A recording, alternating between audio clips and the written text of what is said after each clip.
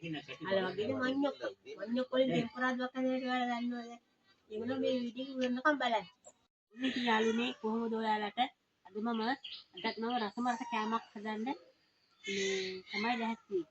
යන්නේ මඤ්ඤොක් වලින් රසමරස ටෙම්පරාදු. මේකට මඤ්ඤොක් කටිය පොඩියට කපලා සම්බා ගත්ත මේ තියෙන මඤ්ඤොක් අසුවල්පය. තව මේ කතුරු පොඩ්ඩක් සුවල්පයක් දානවා. කර්පිංච සුවල්පයක් දානවා. සම්පා සුවල්පයක් දානවා. අමු මිරිස් කර සුවල්පයක් ගන්නවා. සම්පේ කර්පිංච අමු මිරිස් හතුලුණු ඔක්කොම එකින් එකට බැදගමු.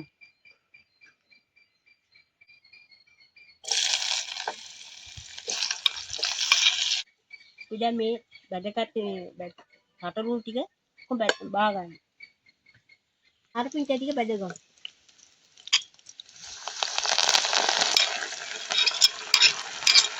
ඉතින් තෙල් දාන්න.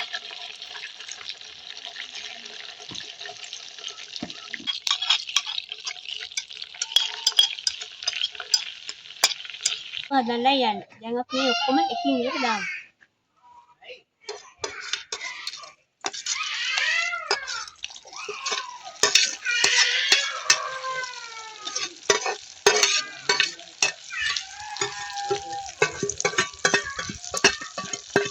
कोई कॅल मुड़ी उसको कोई එකතු කරගන්න. මෙතන හොඳට kita කැල් මිරි චුට්ටකුයි නූ චුට්ටකුයි එකතු කරමු.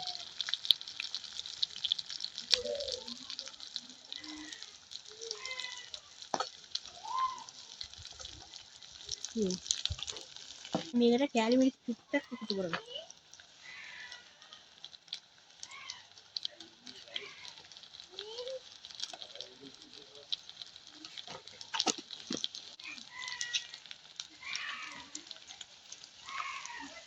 බැදුමට මඤ්ඤොක් කටි එකතු කරගමු.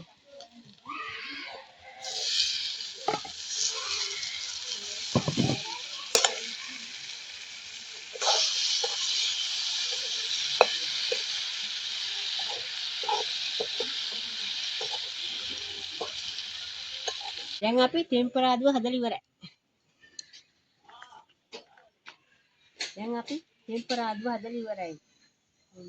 දැන් යාළුවනේ අද අපි ගිහින් එන්න තවත් දවසක තවත් රසමස කෑම එක අපි හම්බුනේ.